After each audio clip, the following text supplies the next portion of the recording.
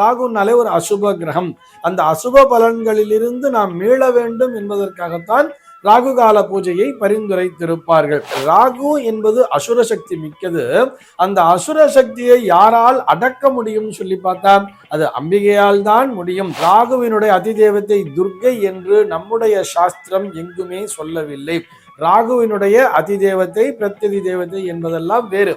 அதற்கும் துர்க்கைக்கும் எந்த விதமான சம்பந்தமுமே கிடையாது. ராகு காலம் என்பது முழுக்க முழுக்க நெகட்டிவ் எனர்ஜியை உடைய காலம். அந்த நேரத்திலே நாம் சென்று துர்க்கையை வழிபடும் பொழுது நமக்குள்ளாக அந்த இருக்கக்கூடிய வந்து இறங்கி இருக்கக்கூடிய அந்த நெகட்டிவ் எனர்ஜின்னா என்ன, எதிர்மறையான சிந்தனைகள் அத்தனையும் காணாமல் போகும். இன்னைக்கு நம்ம என்ன பார்க்க போறோம் சொல்லி பார்த்தோம்னா, ஒரு நேயரினுடைய கேள்விக்கான விடையைத்தான் பார்க்க போகிறோம்.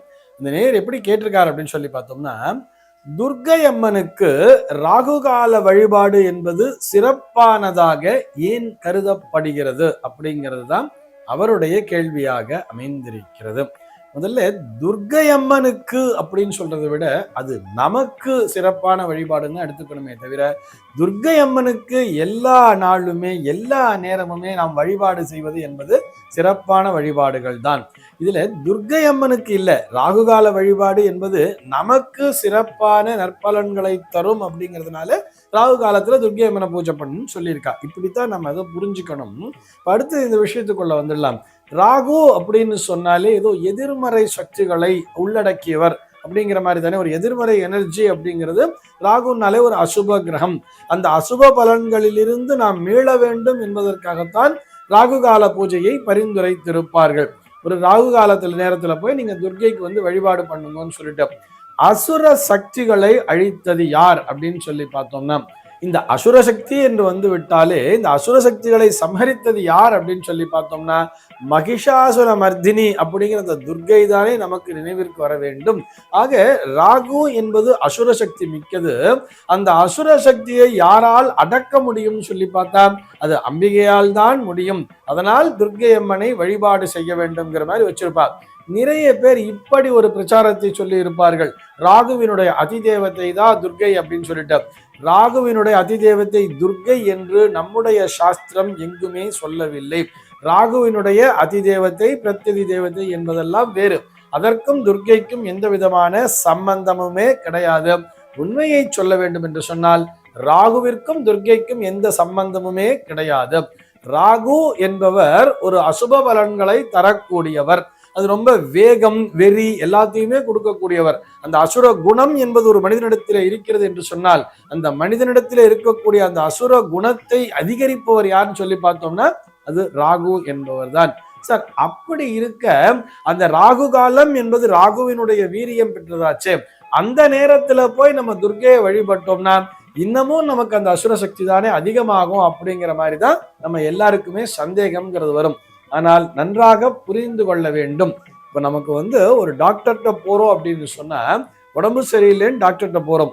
போன உடனே டாக்டர் என்ன பண்ணுவார், நமக்கு ஒரு தெர்மாமீட்டர், ஒரு ஜுரம் அடிக்குதுன்னு சொன்னா தெர்மாமீட்டர் வச்சு பாக்குறாரு. அந்த நேரத்துல டெம்பரேச்சர் இல்லைன்னு சொன்னா என்ன பண்ணுவார், வெறும்னா மருந்து எழுதி கொடுத்து அனுப்பிச்சிருவார். ஆனா டெம்பரேச்சர் நமக்கு இருக்குன்னு வச்சுப்போமே, நமக்கு ஒரு ஜுரம் அடிக்கிறதுன்னு சொன்னா உடனே இன்ஜெக்ஷன் எடுத்து போடு அப்படின்னு சொல்லுவார் தெரியுமா. அது போலத்தான் ராகுகால நேரம் என்பது அந்த நேரத்திலே ராகுவினுடைய தூண்டுதல் என்பது அதிகமாக இருக்கும். மனிதர்களுடைய மனதிலே அந்த அசுர குணம் என்பது தலையெடுக்கும். மிக அதிகப்படியாக தடையெடுக்கும் பொழுது நமக்கு அந்த ஜுரங்கிறது அதிகமா வர்றது அப்படின்னும் பொழுது தானே மாத்திரை சாப்பிட முடியும். அதுபோலத்தான் அந்த நேரத்திலே துர்க்கை அம்மனை வழிபடும் பொழுது நம்மிடத்திலே வளரக்கூடிய அந்த அசுர சக்தியை சம்ஹரிக்கின்ற வகையிலே துர்க்கையானவள் செயல்படுவாள். நம்மிடத்திலே இருக்கக்கூடிய அந்த துர்குணங்கள் எல்லாம் நீங்க வேண்டும். இந்த துர்குணங்களின் மூலமாக இவன் அனுபவிக்கக்கூடிய அந்த கஷ்டங்கள் அனைத்தும் அவனை விட்டு விலக வேண்டும்ங்கிற மாதிரி தான் அந்த நேரத்திலே சென்று நாம் துர்க்கையை வழிபடும் பொழுது நமக்கு அசுப பலன்கள் என்பது நீங்கி நற்பலன்கள் என்பது கிடைக்கிறது. ஆக ராகு காலத்திலே எதற்காக துர்க்கை அம்மனை வழிபட வேண்டும் என்று சொன்னால், ராகு காலம் என்பது முழுக்க முழுக்க நெகட்டிவ் எனர்ஜியை உடைய காலம். அந்த நேரத்திலே நாம் சென்று துர்க்கையை வழிபடும் பொழுது நமக்குள்ளாக அந்த இருக்கக்கூடிய வந்து இறங்கி இருக்கக்கூடிய அந்த நெகட்டிவ் எனர்ஜின்னா என்ன, எதிர்மறையான சிந்தனைகள் அத்தனையும் காணாமல் போகும். நம்மிடத்திலே இருக்கக்கூடிய அந்த அசுர குணங்கள் துர்க்கையால் சம்ஹரிக்கப்படும். அப்படிங்கிறதுனாலதான் அந்த நேரத்துல வழிபாடு பண்ணுன்னு விசேஷமா சொல்லி இருக்கா. இதுல நிறைய பேருக்கு நிறைய சந்தேகங்கள்லாம் இருக்கும். எலுமிச்சம்பழத்தை நறுக்கி அதை பிழிஞ்சு அதுலதான் விளக்கேத்தணுமா? அப்படியெல்லாம் எங்கேயுமே சாஸ்திரம் சொல்லல. நம்ம போய் ராகுகால நேரத்துல அந்த துர்க்கையை முன்னாடி நின்று, அம்மா எனக்கு நிறைய கஷ்டங்கள் இருக்கு, கஷ்டங்கள் நமக்கு எப்படி வந்திருக்குன்னு சொன்னா நம்முடைய ஏதோ ஒரு தவறான செயல்களின் மூலமாகத்தானே வந்திருக்கிறது. அந்த தவறான செயல்கள் எதன் மூலமாக வந்திருக்கும்? இந்த ராகுவின் காரணமாக வந்திருக்கும். நான் தெரிந்தும் தெரியாமலும் அறிந்தும் அறியாமலும் நிறைய தவறு பண்ணியிருக்கேன், அதனால எனக்கு நிறைய கஷ்டங்கள்லாம் இருக்கு, இந்த கஷ்டங்கள் எல்லாம் போக வேண்டும், அதற்காக இந்த நேரத்தில் நான் உன்னிடத்திலே வழிபாடு செய்கிறேன் அப்படின்னு சொல்லிட்டு அந்த துர்க்கை அம்மனை மானசீகமாக பிரார்த்தனை செய்யும் பொழுது அந்த ராகுவினால் உண்டான கஷ்டங்கள் அத்தனையுமே நீங்கிவிடும். அதை ஆலயத்துல போய் தான் வழிபடணுமான்னு சொன்னா, ஆலயத்திலே துர்க்கை அம்மனினுடைய சாநித்தியம் என்பது அதிகமாக இருக்கும். எல்லா ஆலயங்கள்லயுமே நம்ம பிரதட்சணம் பண்ணும் பொழுது துர்க்கையை வச்சிருப்பா தெரியுமா?